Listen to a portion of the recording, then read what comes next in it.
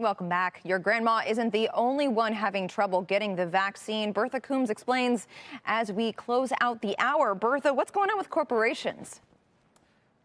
You know, Leslie, large employers of essential workers feel an urgency to get their employees vaccinated, but like the rest of us, they're struggling to get their shots. Tyson started vaccinations for workers in Illinois, Virginia, and Missouri yesterday, but they got a total of just 1,000 doses for the 3 plants. Up until now, they've gotten maybe 25 to 50 doses at a time for nurses and staff over 65. But with 120,000 workers across 24 states, they're really taking every dose they can get. We're not turning down any opportunity to obtain vaccine for our team members. Yeah, opportunities are few and far between, though. Tyson and other meat packing firms have come under fire for widespread outbreaks early in the pandemic. Managers at its Iowa plant fired after betting on how many workers would get sick. It's prompted a congressional probe. But in the last year, they've instituted testing and other safety measures with their occupational health provider. And they've been using the time to educate workers about the vaccine. But the missing piece is supply.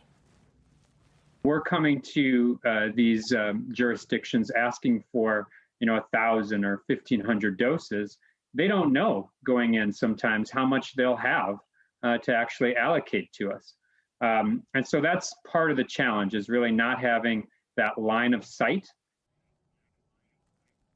Tough for local officials when they've got Walmart, Amazon, and other employers asking for big allotments as well.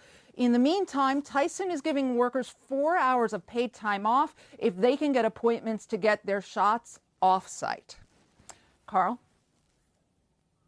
Bertha, it raises an interesting question. There's certain livestock where you process by automation, but when it comes to chicken, it's very hard to process by machine those smaller animals, and that's why you have to have workers end up being close together at the facility.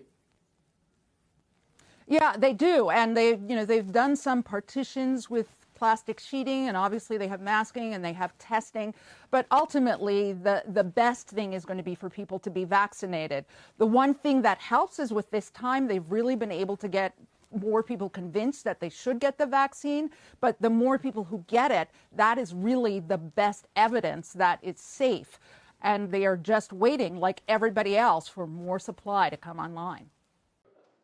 Shepard Smith here. Thanks for watching CNBC on YouTube.